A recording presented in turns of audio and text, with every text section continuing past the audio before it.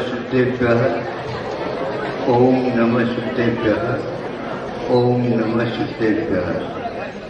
अहिंसा परमो धर्म की, आचार्य गुरुवर श्री कुंद कुंद भगवान की, आचार्य गुरुवर श्री ज्ञान सागर मुनि महाराज की, विद्यासागर जी महामुनिराज की।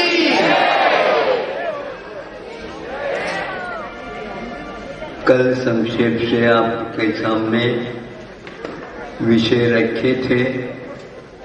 आज भी कुछ समय मिला है, प्रातः काल भी कुछ विषय आपके सामने रखे जाएंगे जो कल के ही पोषक तत्व है।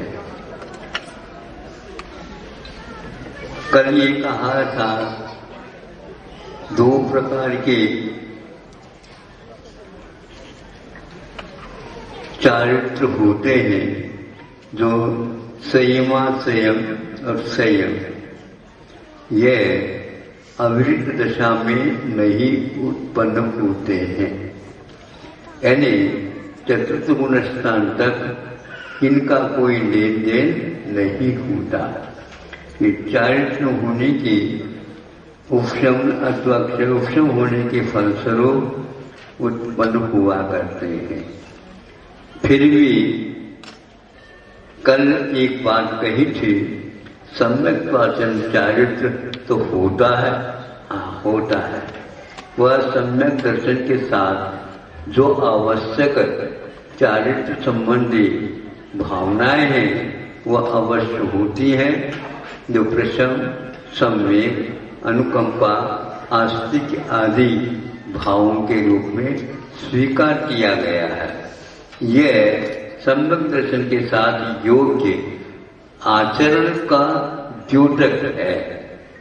आचरण मैंने सभ्यता, यहाँ पर जो नैष्ठिक के बिना पाक्षिक सम्यक दृष्टि के पास ये हुआ करते हैं, क्योंकि पक्ष सत्य देव गुरु शास्त्र का ही रखता है, इसलिए उसको पाक्षिक कहा है।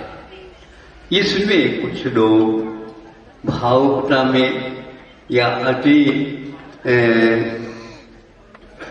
अति विश्वास में आकर के क्षयोपशम भाव को घटित करते हैं, तो क्षयोपशम भाव सम्यक दर्शन के अपेक्षा से तो घटित हो जाएगा, औपशमिक भाव सम्यक दर्शन के अपेक्षा से घटित हो जाएगा, और क्षायिक सम्यक दर्शन के अपेक्षा क्षायिक भाव में घटित होगा। लेकिन यह सब दर्शन संबंधी पक्ष है। चारित्र संबंधित जो कुछ भी है वह चतुर्थ गुण स्थान तक कुछ भी नहीं होता, इतना कल कहा गया था। किंतु पंचम गुण स्थानवर्ती श्रावक तो होता है, उसके पास चारित्र तो कुछ आ गया, लेकिन वह संयम चारित्र आया है और कुछ नहीं आया।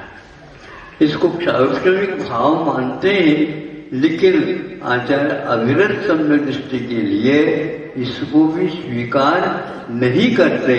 इसलिए अंश रूप में चारित्र को भी सम्यक दर्शन के साथ रख करके कुछ व्यक्ति आज भी घर में रह करके रत्नत्रय की भावना भा रहे हैं।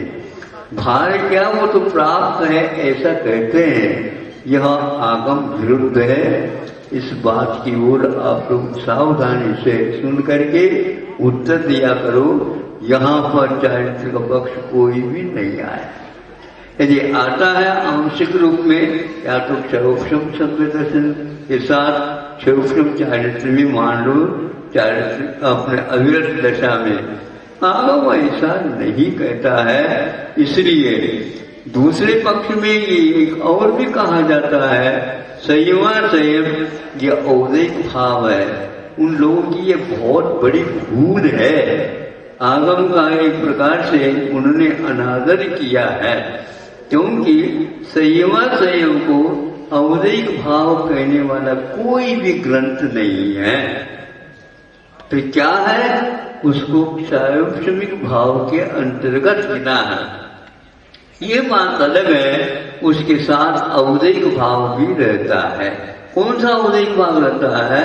तो दूसरे जो एक और चौकड़ी है प्रत्याख्यान, उसके कारण उस पंचम स्थान में औदैक भाव भी है जो असंयम भाव माना जाता है। किंतु उसी संयम को असंयम भाव कहो, ये बहुत बड़ी भूल है। और बार बार वो ये कहते हैं ये तो संयम होकर के भी असंयम के समान है, क्योंकि पंचम स्थान में असंयम होता है। अप्रत्याख्यान का तो उदयाभावी क्षय अथवा अनुदय, और प्रत्याख्यान के उदय के साथ वो संयम होता है। ये सम्यक दर्शन के साथ होते हुए भी एक प्रकार से चतुर्थ गुण स्थान में नहीं होता है। इस प्रकार चतुर्गुण स्थान को सार्थक नाम दिया है। कौन सा सार्थक नाम? अविरत सम्यक दृष्टि है। विरत सम्यक दृष्टि ऊपर वाले गुणस्थान में होते हैं, और अविरत सम्यक दृष्टि चतुर्थ गुणस्थान में होता है, और प्रथम और द्वितीय गुणस्थान में मिथ्या अथवा सम्यक आचरण चरित्र का अभाव रहता है। इस प्रकार उल्लेख होते हुए भी आगम का कई लोग इसमें अपने अति विश्वास अथवा हम ही स्वाध्यायशील है और कोई है ही नहीं। स्वाध्यायशील तो आप है, लेकिन स्वाध्याय के साथ आप क्या क्या मान रहे हैं इसकी बात है। मान्यता की दृष्टि से आप लोगों में ये जो घर कर रहे हैं यह आपके भविष्य उज्ज्वल नहीं है, ये बता रहे हैं। किंतु वह उसके साथ साथ जनता को भी, भोली वाली जनता को गुमराह की ओर ले जा रहे हैं। ये उनका और अनधिकार चेष्टा है, या यूं कह दो स्वतंत्र लोकतंत्र में अपनी स्वतंत्रता का नहीं, स्वच्छंदता का परिचय दे रहे हैं। उससे आप बचिए, क्योंकि जब तक आप बचेंगे नहीं तो उन जो आपके लिए हानिकारक है उससे आप बच नहीं पाएंगे। मोदी साहब ने कहा कि ये कोरोना के ऊपर हमारे पास कोई भी दवाई नहीं है, यदि है उससे बचने का रास्ता तो आप दूरी अवश्य बनाए रखिए। और दूरी कौन सी? भावों की नहीं, किंतु द्रव्य की दूरी बनाए रखिए, और साथ साथ अपने मुख के ऊपर पट्टी, क्या बोलते हैं उसको, मास्क, उसको बनाए रखिए। यही एकमात्र उस हवा से बचने का उपाय है।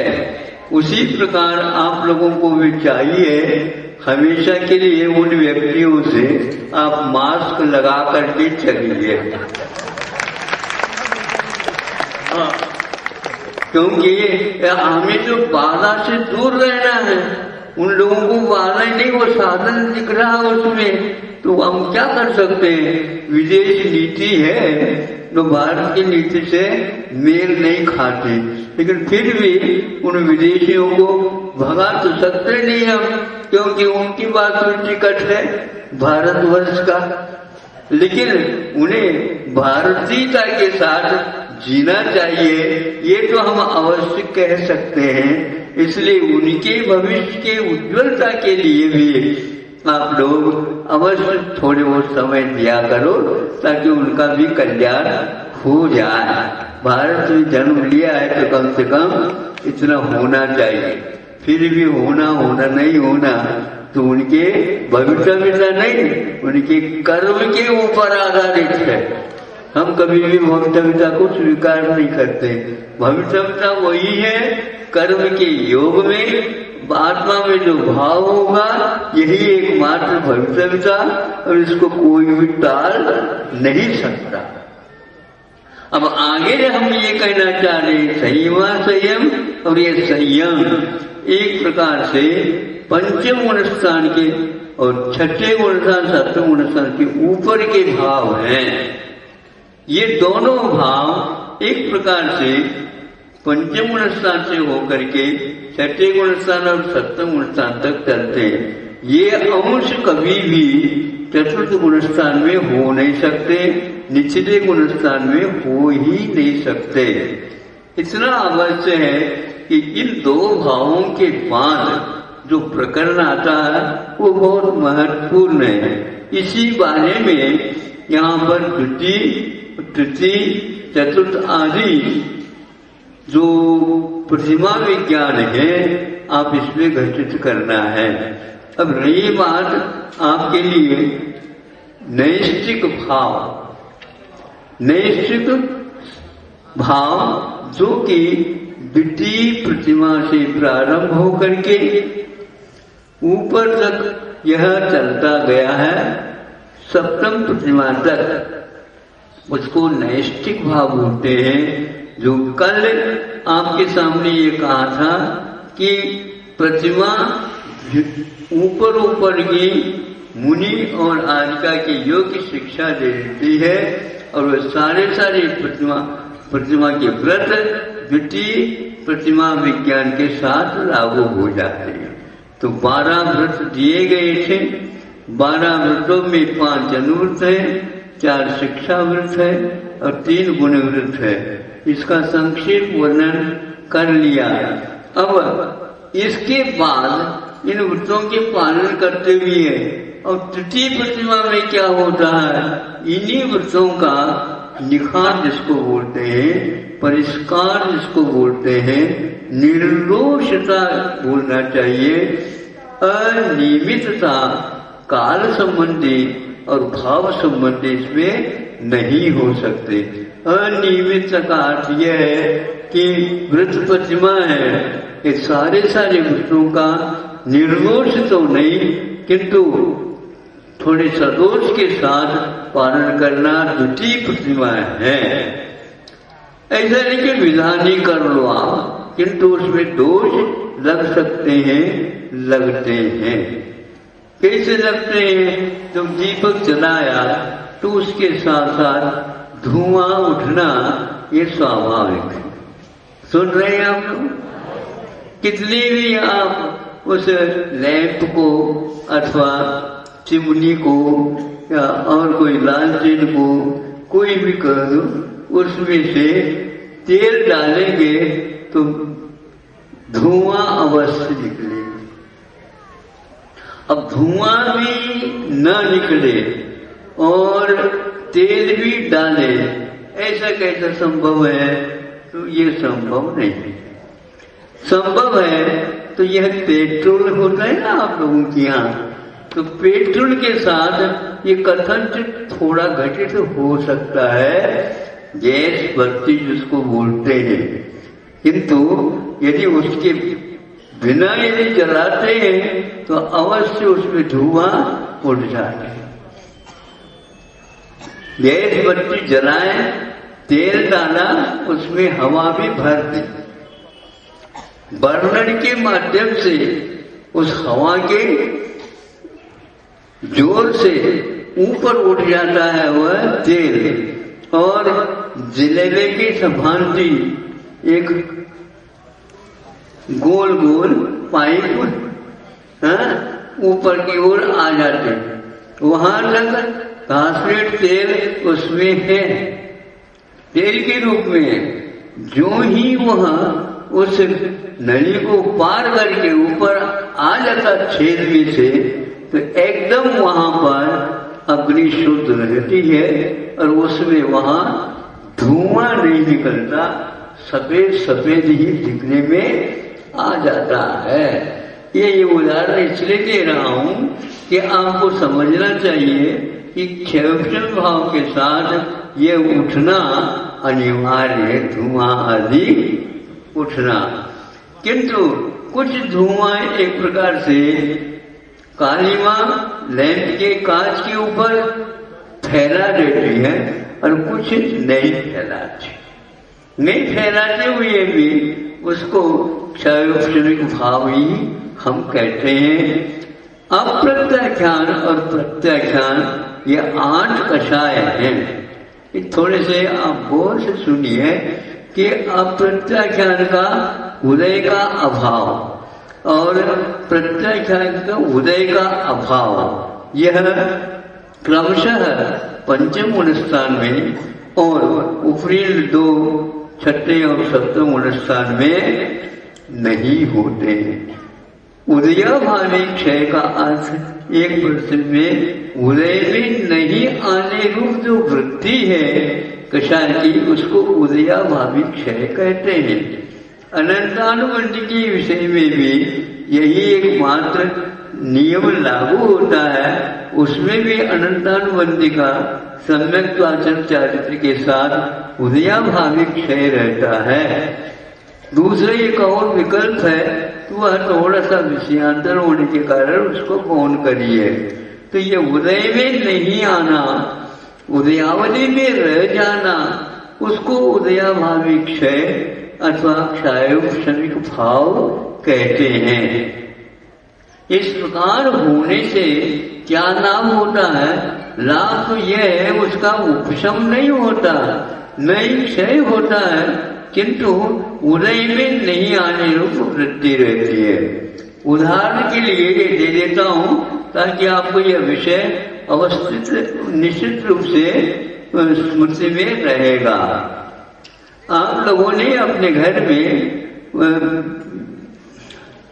लाइट लेना चाहते हैं तो सरकार से आपको पहले निवेदन करना होगा। ऐसा नहीं कि लाइट जो है एक साथ आ जाए, नहीं है। लाइन तो आई है, लाइन आई आपके गली में से निकल रही है, लेकिन आपके घर में लाना हो तो उसके लिए आपको संपर्क और लेना पड़ेगा। वो संपर्क जब तक नहीं लेते तब तक वह आपके घर में से भी निकल जाए तो भी आपको प्रकाश नहीं मिलने वाला। अब उसमें आपने लाइन जब ले ली उस विद्युत की तो वहां पर आपको वह विद्युत तो मिल गई है लेकिन पूरे प्रकाश नहीं मिलेगा, पूरी उसकी क्षमता भीतर नहीं आएगी, क्योंकि वो पूरी आ जाएगी तो आपके लिए भयानक स्थिति हो जाएगी, उसको आप सहन नहीं कर पाओगे।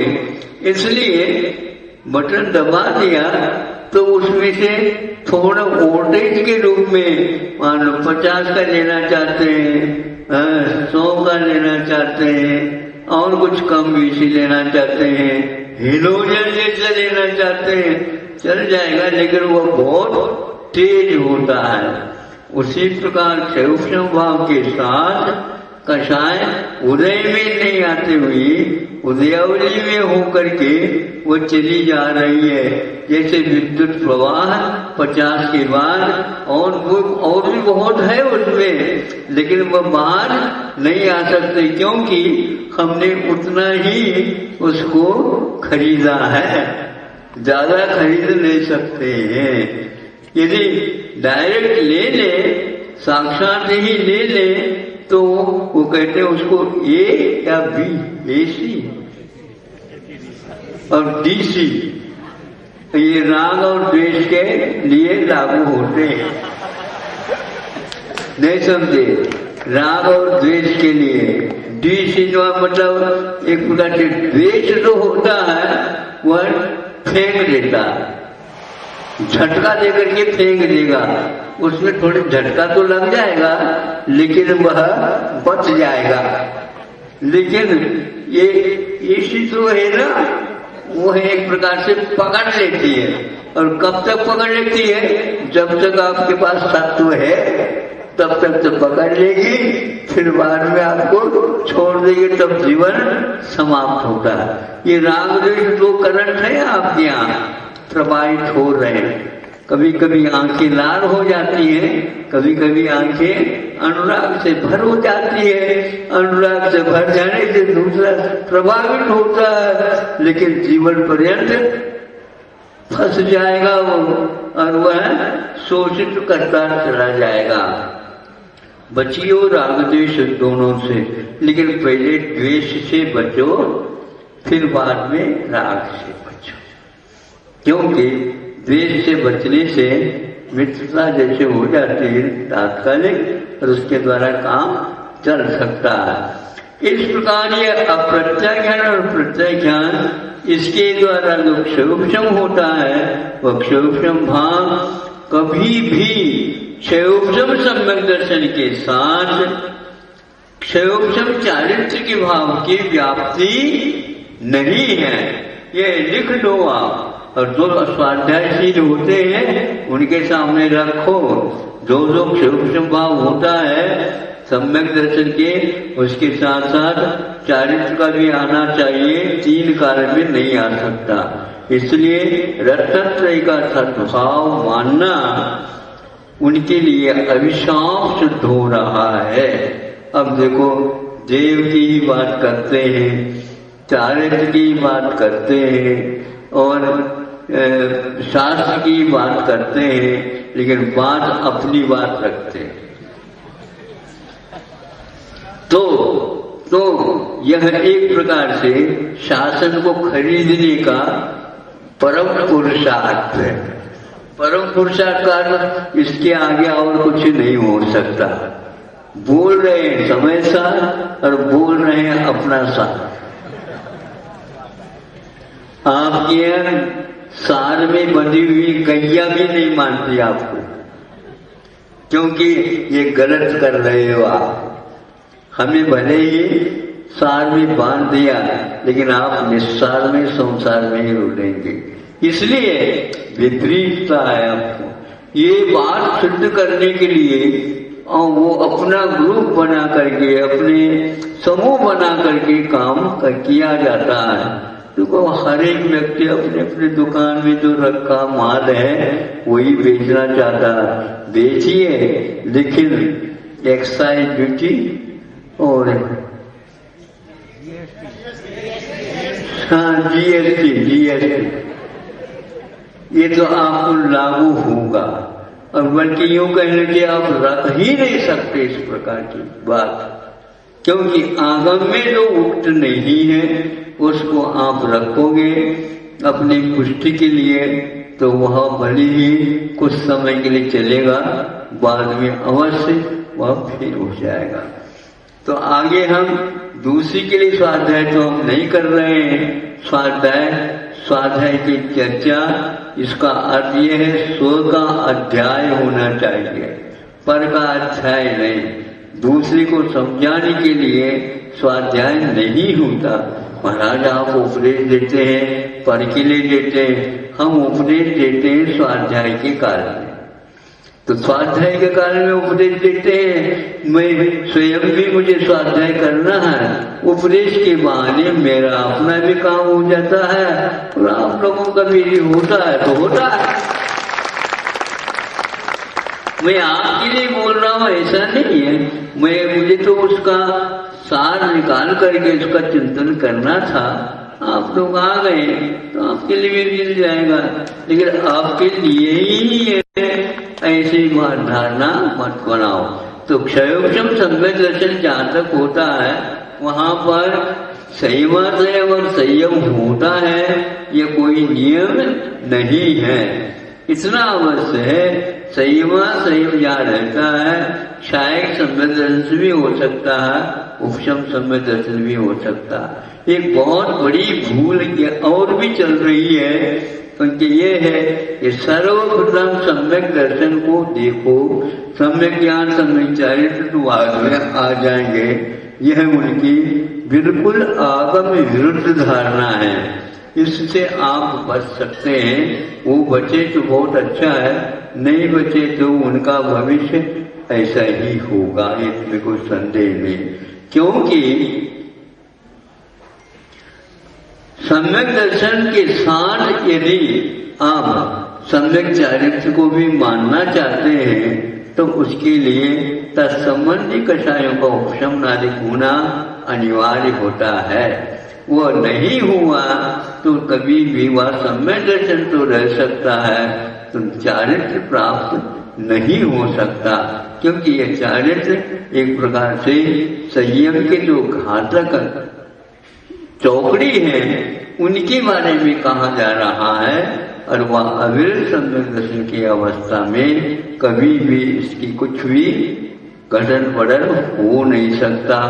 ऐसा विश्वास रखना ही संवर तत्व का और निर्जरा तत्व का गाढ़ श्रद्धान माना जाता। इससे विपरीत जो कहता है उसके पास तत्व श्रद्धान है ही नहीं, वो केवल दूसरे को ही तत्व श्रद्धान की ओर आकृष्ट करना चाहता है। इसमें भी उसका उपकार का यदि भाव है सात्विक तो भी इसका कल्याण हो सकता है, लेकिन उसका कल्याण बहुत कठिन लगता है, क्योंकि उसने उस पक्ष को जिस पक्ष का वर्णन आगम में नहीं है उसका समर्थन करने में लगा हुआ है।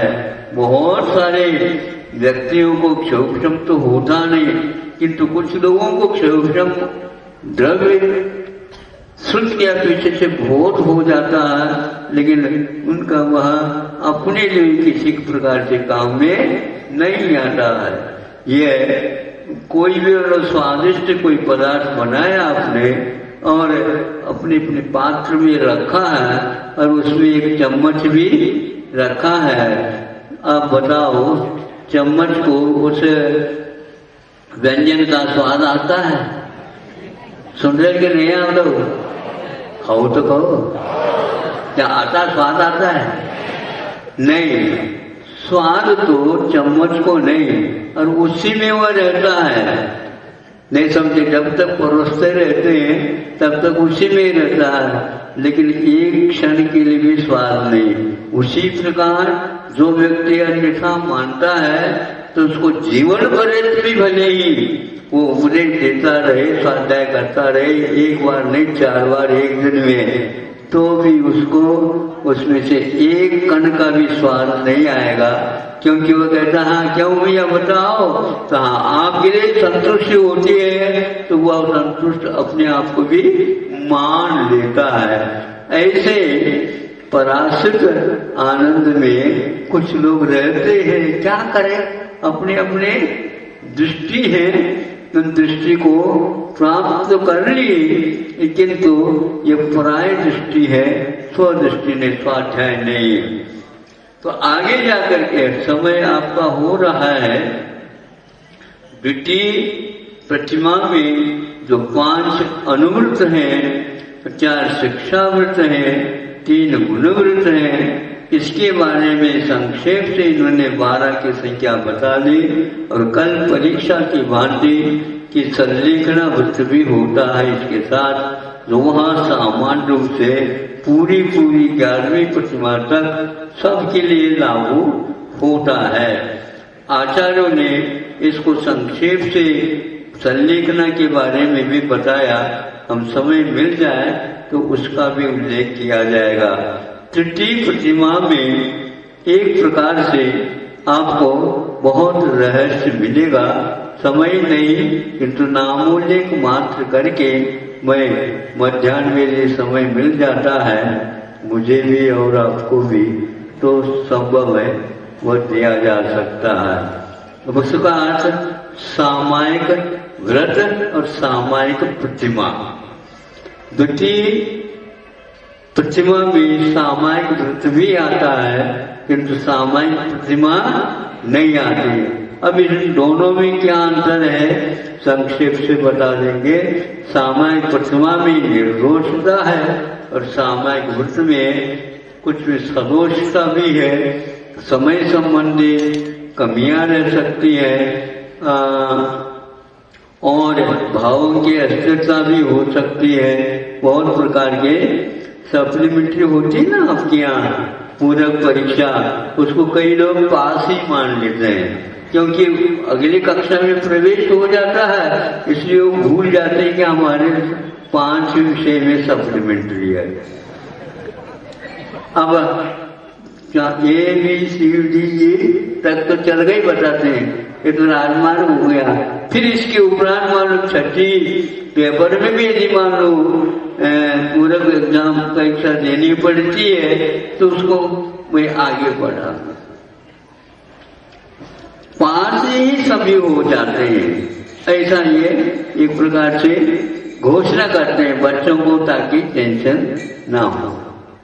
यद्यपि छोटे वो अवस्था में टेंशन नहीं होती, बड़ों को होती है, लेकिन आज बड़ों को भी होती है, उनसे भी ज्यादा छोटे बच्चों को।